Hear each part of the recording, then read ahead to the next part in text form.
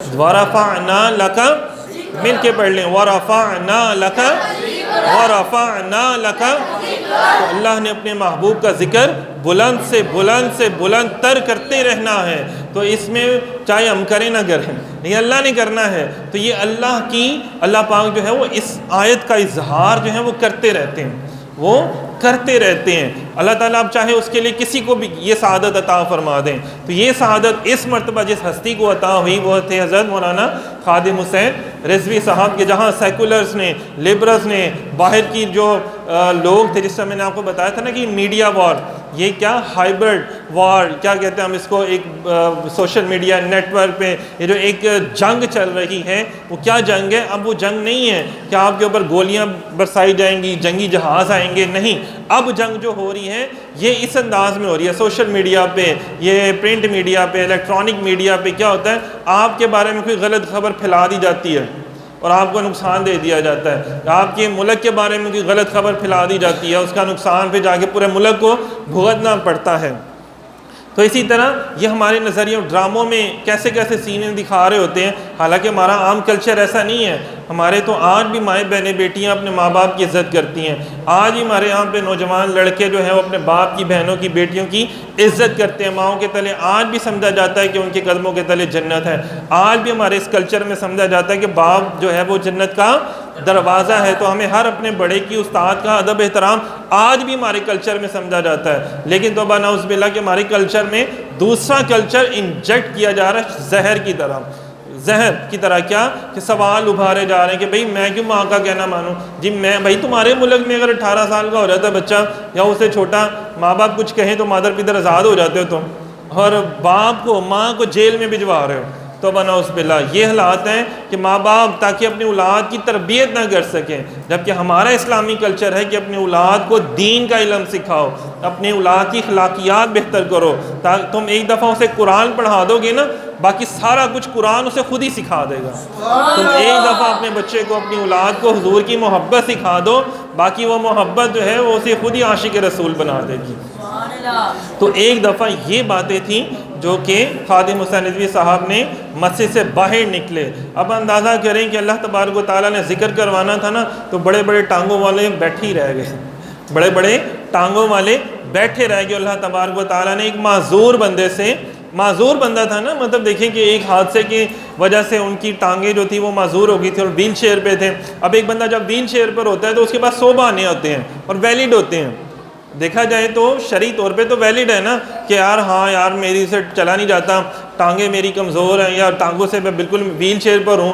Wheel chair پہ ایک جگہ سے دوسری جگہ جانا گاڑی میں بٹھانا پھر اسٹیج کے اوپر چڑھنا کتنا ہی مشکل ہے. لوگ تو گھروں سے نکلنا چھوڑ دیتے ہیں اور ظاہری بات ہے پھر کوئی لانے لے جانے والا بھی چاہیے. کم از کم 2-3 لوگ چاہیے لانے لے جانے کے لیے. لیکن دیکھیں جب اللہ تعالیٰ نے کام دینا ہو تو اللہ پاک صورتیں اور آسانیاں کتنی پیدا کر دیتے ہیں کہ اللہ. اور دیکھیں کہ سب سے زیادہ وہ ایک دن میں کتنے جلسے کتنی تقاریر کیا کرتے تھے اور اٹینڈ کرتے تھے اور عشق رسول کے لیے صرف اور صرف کہ میں اس امت کو جگا دوں. یہ سوئی ہوئی امت ہے اس کو میں نے جگانا ہے. اور وہ جو ایک نعرہ ہے مل کے آپ سب کو پتہ کون سا نعرہ ہے ذرا بتائیں ذرا ہاتھوں کو بلند کر کے یا رسول اللہ لبیک لبیک لبیک سبحان اللہ ماشاءاللہ. یہ وہ نعرہ ہے کہ جس کی وجہ سے آپ نے حضور کی امت کو اٹھایا. تو اس نعرے نے آپ کو پتہ ہے اس نعرے نے کروڑوں اربوں ڈالرز جو تھے نا یہودیوں کے عیسائیوں کے جو ان حکومتوں کے جنہوں نے مسلمانوں پہ خرچ کیے تھے صرف آپ لوگوں کو سیکولر بنانے کے لیے آپ لوگوں کو لا دین بنانے کے لیے خرچ کیے تھے. صرف اس ایک نعرے نے وہ سارا پیسہ ملیا میٹ کر دیا. وہ سارا پیسہ اس ایک نعرے نے ملیا میٹ کر دیا کوڑے کے ڈھیر میں ڈسٹ بین میں جا کے پھینک دیا. تو یہ وہ نعرہ ہے جس سے اللہ تعالیٰ نے وَرَفَعْنَا لَكَ ذِكْرَكَ کا اظہار کیا. سبحان اللہ تو کہہ دیں یار. تو اس ایک نعرے کی وجہ سے جو لوگ کہتے ہیں نا یار یہ کیا تم لوگ نعرہ لگاتے ہو تو یہ وہ نعرہ آج انڈیا میں بھی لگ رہا ہے. یہی نعرہ ہے جو امریکہ میں بھی لگ رہا ہے. یہی نعرہ آج برطانیہ میں بھی لگ رہا ہے. یہی نعرہ جہاں پہ سفیر فرانس کے لوگوں نے بے ادبی کی صدر نے وہاں پہ تو یہ نعرہ وہاں پہ فرانس میں بھی لگ رہا ہے. اندازہ کرو ان کی امبیسیوں کے سامنے یہ نعرہ لگ رہا ہے لبیک یا رسول اللہ، لبیک یا رسول اللہ کا نعرہ جو ہے وہ آج پوری دنیا میں لگ رہا ہے کہ جن لوگوں نے جس جگہ جہاں انکار ہوا وہاں اللہ تبارک و تعالیٰ نے یہ نعرہ لگوایا کہ جہاں پوری دنیا میں اذان دی جاتی ہے وہاں میرے نبی کا نام لیا جاتا ہے۔ کیا اذان کہتے ہیں نا، اذان میں اشہد ان لا الہ الا اللہ، تو کیا کہتے ہیں؟ محمد میرے آقا کا نام جتنا مرضی یہ لوگ کر لیں، جتنا مرضی دلوں سے کھرچ کے نکالنے کی کوشش کر لیں، نہیں نکلے گا، کیونکہ اللہ نے پوری دنیا میں یہ نظام قائم کر دیا کہ پوری دنیا میں ہر فضا، ہر پہاڑ، ہر جنگل، ہر صحرا، ہر میدان میں میرے اللہ کے ساتھ ساتھ میرے نبی پاک صلی اللہ علیہ وسلم کا نام جو ہے وہ سب کو سنائی دیتا ہے، اور اللہ پاک اس کی برکتوں سے بارشیں برساتے ہیں، ہمیں کھیتی باڑی ہر چیز اللہ پاک جو ہے کھانے پینے کی اشیاء اور صحت تندرستی ہر چیز حضور علیہ الصلوۃ والسلام کی نام کی برکت اللہ پاک عطا فرماتے ہیں۔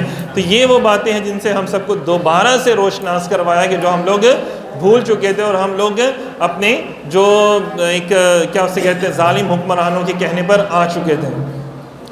باہر کے آپ کی جو شروعات تھی سیاست کا، باقاعدہ آپ نے آغاز کیا کہ جب لوگوں نے کہا کہ حضور آپ اپنا جو پیغام ہے وہ ایسے تو نہیں آپ پہنچا سکتے، ایسے تو آپ جتنا مرضی کر لیں، جو اصل میں جو فیصلے ہیں وہ تو گورنمنٹ نے کرنے ہوتے ہیں، تو اپنے کوئی لوگ جو ہیں وہ گورنمنٹ میں ہونے چاہیے تاکہ اسمبلی میں جا کر بھی یہ فیصلے اٹھائے جائیں گے۔ اسمبلیوں میں ہمارے جو لوگ ہیں وہ زیادہ سے زیادہ سیکولر طبقے سے تعلق رکھتے ہیں یا لبرل طبقے سے، ان کو تعلق نہیں ہے، وہ تو ہر مسئلے کو ہی نا، اگر کوئی مسئلہ بیان کیا جائے تو وہ اس کو بھی توبہ نعوذ باللہ معاذ اللہ مذہبی مسئلہ سمجھتے ہیں، حالانکہ عقیدہ ختم نبوت جو ہے یہ صرف مذہبی مسئلہ نہیں ہے، یہ بلکہ ملکی سلامتی کا بہت بڑا مسئلہ ہے، یہ ملکی سلامتی کا بھی مسئلہ ہے، کیونکہ قادیانی علامہ اقبال نے فرمایا کہ یہ صرف مذہب اسلام کے غدار نہیں ہے بلکہ یہ ملک پاکستان کے مطلب ہمارے وطن کے بھی یہ غدار ہیں۔ خیر یہ تو 1973 میں جب شاہ احمد نورانی رحمۃ اللہ نے قرارداد پیش کی تھی تو تب آپ نے قومی اسمبلی کے اور ممبروں نے بھی یہ بیان کیا تھا، باقاعدہ ان کے ناموں کی نشاندہی کی گئی تھی اور ان کی حرکتوں کی بھی نشاندہی کی گئی تھی کہ کہاں کیسے انہوں نے کشمیر میں اور پاکستانی کسی شہر میں انہوں نے تباہیاں پھیلائی ہیں، کنہوں نے؟ قادیانیوں نے۔ یہ ساری چیزیں ریکارڈ پر موجود ہیں اس چیز کے اوپر۔ بہرحال حضرت ممتاز حسین قادری رحمۃ اللہ علیہ نے جو تھا ایک گستاخ رسول گورنر جو تھا اس کو جب آپ نے مارا تو اس کے بعد آپ تو ویسے ماشاءاللہ سے پہلے سے عالم دین تھے، مولانا خادم حسین رضوی صاحب دین اسلام کی تبلیغ کر رہے تھے، لیکن خاص کر جب ممتاز حسین قادری رحمۃ اللہ علیہ کا سزائے موت کا واقعہ پیش آیا تو اس کے بعد آپ نے پراپر تحریک لبیک کا آغاز کیا اور پھر آپ اس کے سرپرست اعلیٰ بنے۔ خیر بیچ میں بڑے لوگ ہوتے ہیں جو پھوٹے ڈلوانے والے ہوتے ہیں اور بڑے معاملات خراب کرنے والے ہوتے ہیں۔ پہلی دفعہ پورے ملک میں ماشاءاللہ سے اہل سنت جماعت جب اٹھی تو لوگوں کو ایک دم جو ہے نا وہ اپنے اور پرایوں کو بھی جو ہے وہ ہر ایک کو ہی ہونا، چوڑیاں کاٹنا شروع ہو گئی، تکلیف ہونا شروع ہو گئی، یار یہ کیا، اہل سنت تو سوئے ہوئے تھے۔ وہ سنیوں کے بارے میں مشہور تھا نا، ٹن ٹناٹن سنی، یا سنی جو ہے وہ ستو پی کے سوئے ہوتے ہیں، تو ہر بندہ ہی سنیوں کو اٹھ کے جو بھی جس کے گھر میں کوئی دوسرا سالن نہیں دیتا، جس کو دوبارہ مانگنے کے لیے، جس کی دوستوں میں کوئی عزت نہیں ہوتی اور وہ اہل علم کو باتیں مذاق جھاڑ رہا ہوتا ہے، طنز کر رہا ہوتا ہے، تنقید چلا رہا ہوتا ہے، جس کی اپنی کوئی شکل و صورت نہیں ہوتی کسی کو دکھانے کے لیے، گھر میں بیوی بچے نہیں جس کو پوچھتے ہیں، اور وہ 2 ٹکے کا بندہ ہوتا ہے اور بات کیا کر رہا ہوتا ہے؟ دین کی، دین اسلام جیسے دین کی بات کر رہا ہوتا ہے، پیغمبر اسلام کی بات کر رہا ہوتا ہے۔ منہ دیکھو اور اپنی اور حرکتیں دیکھو اپنی، شرم آنی چاہیے بہرحال ایسے لوگوں کو کہ جو کس طرح سے گفتگو کرتے ہیں اور اپنی شکل اور صورت کی طرف دھیان نہیں دیتے، اپنی اوقات کی طرف دھیان نہیں دیتے، اس میں رہنے کی بجائے اپنی اوقاتوں باہر ہونے کی کوشش کر رہے ہوتے ہیں۔ تو یہ وہ لوگ ہیں کہ جن کو اپنی اوقات یاد ہونی چاہیے کہ پیغمبر اسلام کے سامنے، حضور کے ایک چھوٹے سے غلام داتا حضور کے سامنے تمہاری کوئی اوقات نہیں، حضور کی چھوٹے سے غلام ہے داتا حضور، ان کے بڑے صحابہ سے تو نہیں نا بڑے، تو صحابہ سے تو چھوٹا مقام ہے نا داتا حضور کا۔ کوئی ولی جتنا بھی بڑا ہو جائے وہ صحابہ کے برابر نہیں ہو سکتا، اور صحابہ میں بھی پھر آگے کتنے بڑے بڑے مقامات ہیں، پھر سیدنا ابوبکر صدیق رضی اللہ تعالیٰ عنہ خلفائے راشدین کے مقامات جو ہیں۔ تو بہرحال دیکھو کہ پھر اتنے اولیاء کے مقامات ہیں، تو تم ایک اللہ کے عام ولی، داتا حضور تو چلو پھر ایک بڑے ولی اللہ ہے نا، لیکن ایک عام ولی جو ہیں ان کی قدموں کی خاک کے بھی تم اوقات نہیں ہے تمہاری، اور تم بات کرتے ہو دین اسلام اور پیغمبر اسلام کے والے سے۔ کہ جناب ہمیں جتنا دین کا پتہ کسی کو نہیں پتہ، تو لوگ پھوٹیں ڈلوانے شروع کر دی لوگوں نے، بڑے بڑے معاملات ہوئے۔ لیکن جب اللہ پاک نے وَرَفَعْنَا لَكَ ذکر کرنا ہو اور جس سے اپنے دین کا کام لینا ہو، تو پھر چاہے لاکھ لوگ بھی آ جائیں وہ اس کا کچھ بھی نہیں بگاڑ سکتے۔ تو اس وجہ سے آپ کو دہشت گردی کا آپ کے اوپر مقدمہ کیا گیا۔ اندازہ کریں ایک اسلامی جمہوریہ پاکستان میں ایک شخص کے اوپر دہشت گردی کا مقدمہ ہو رہا ہے، اور کس وجہ سے ہو رہا ہے کہ تم نبی پاک صلی اللہ علیہ وسلم کی عقیدہ ختم نبوت پہ بات کیوں کر رہے ہو؟ تمہاری جرت کیسے ہو گئی؟ تم نے یہ بات کیوں کی ہے؟ مطلب ملک کے لوٹ کو جتنے لوگوں نے کھا لیا، جتنے لوگوں نے اتنے لوگوں کو غریب غربا بنا دیا، اتنی مہنگائیاں کر دی، سب کچھ کر دیا، لیکن جناب صاحب ان کے اوپر کوئی مقدمے نہیں ہے۔ اور اگر ان کو جیل میں ڈالا بھی جاتا ہے تو بڑے VIP ان کو ماحول دیا جاتا ہے۔ اور جو ایک بندہ حضور کی دین کے لیے باہر نکلتا ہے، نبی پاک صلی اللہ علیہ وسلم کے عشق اور محبت کے لیے نکلتا ہے، بھئی یہ بھی تو دیکھو نا، غازی علم دین شہید کے جو تھے وکیل کون تھے؟ بڑا تم کہتے ہو قائد اعظم سیکولر تھے، تو قائد اعظم ان کے وکیل نہیں تھے کیا؟ کتابیں اٹھا کے دیکھے تو علامہ اقبال کیا ان کی بارگاہ میں پیش نہیں ہوتے تھے، حاضر ہوتے تھے اور ادب سے نہیں کھڑے ہوتے تھے کیا؟ ان کا نماز جنازہ میاں والی میں ان کو دفنا دیا گیا تھا، لاوارثوں کے قبرستان میں غازی علم دین شہید رحمۃ اللہ علیہ کو، تو ان کو لانے والا کون ہے؟ علامہ اقبال رحمۃ اللہ علیہ۔ تو یہاں سے نہیں پتہ چلتا کہ وہ خود کتنے بڑے محافظ ختم نبوت ہیں؟ کون؟ حضرت علامہ اقبال، حضرت ڈاکٹر محمد اقبال، ہمیں علامہ اقبال کہتے ہیں نا، کہ میں نے ان کا شعر جہاں سے شروع کیا، لوح بھی تو قلم بھی تو تیرا وجود، یہ ہمارے بڑوں کا ذہن ہے۔ تو یہ ہیں حضرت خادم حسین نظوی صاحب، جنہوں نے دین اسلام کے حوالے سے کیا کیا انہوں نے سزائیں جھیلیں، باقاعدہ ان کو جیل میں ان کو نظر بند کیا گیا، باقاعدہ ان کے اوپر ظلم کیا گیا، ڈنڈے برسائے گئے، سب کچھ کیا گیا ان کے اوپر، سخت سردی میں ان کے اوپر گیلے کمبل جو تھے نا وہ ان کے اوپر ڈال دیے جاتے تھے۔ لیکن یہ خود ان کے بیانات ہیں، آپ کو نیٹ پہ مل جائیں گے، انہوں نے خود بیان کیا ہوا ہے، لیکن اس کے باوجود بھی وہاں سے باہر نکلے، اس کے باوجود بھی انہوں نے حضور کے دین کے وہ پھیلانا نہیں چھوڑا، اور انہوں نے عقیدہ ختم نبوت سے لوگوں کو روشناس کروانا نہیں چھوڑا، اور بلکہ اور زیادہ انہوں نے کرنا شروع کر دیا۔ آپ اندازہ کریں کہ ان کا انتقال ہوا جب، تو اپنے تو خیر میڈیا نے تو بلیک آؤٹ ہی کیا ہوا تھا نا، یہودی میڈیا، لیکن جو باہر کے ممالک کا میڈیا انہوں نے اس کو دکھایا بہت زیادہ، کتنا دکھایا کہ یار یہ آج تک پاکستان کی ہسٹری تو ٹھیک ہے، ہم نے تو باہر سے بھی نہیں دیکھا کبھی بھی، باہر بھی کسی ملک میں اتنا بڑا لوگوں نے 30 سال حکومتیں کر لیں، اور ان کے گھروں میں کوئی مرتا ہے نا، مرا ہے تو ایک گراؤنڈ جنازے کی نہیں بھر سکی۔ اور یہاں پہ دیکھیں ایک بندہ ابھی جس نے سیاست میں حصہ لیا صرف 4 سال ہوئے تھے، اور جب جنازہ ہوا تو کروڑوں لاکھوں دنیا تھی، مطلب 1 کروڑ سے تو اوپر ہی تھا نا، اور ہمارے جو اندھے نابینا میڈیا اس کو نظر آ رہا تھا چند ہزار لوگ۔ یار چند ہزار لوگوں سے مینار پاکستان کی گراؤنڈ بھر سکتی ہے؟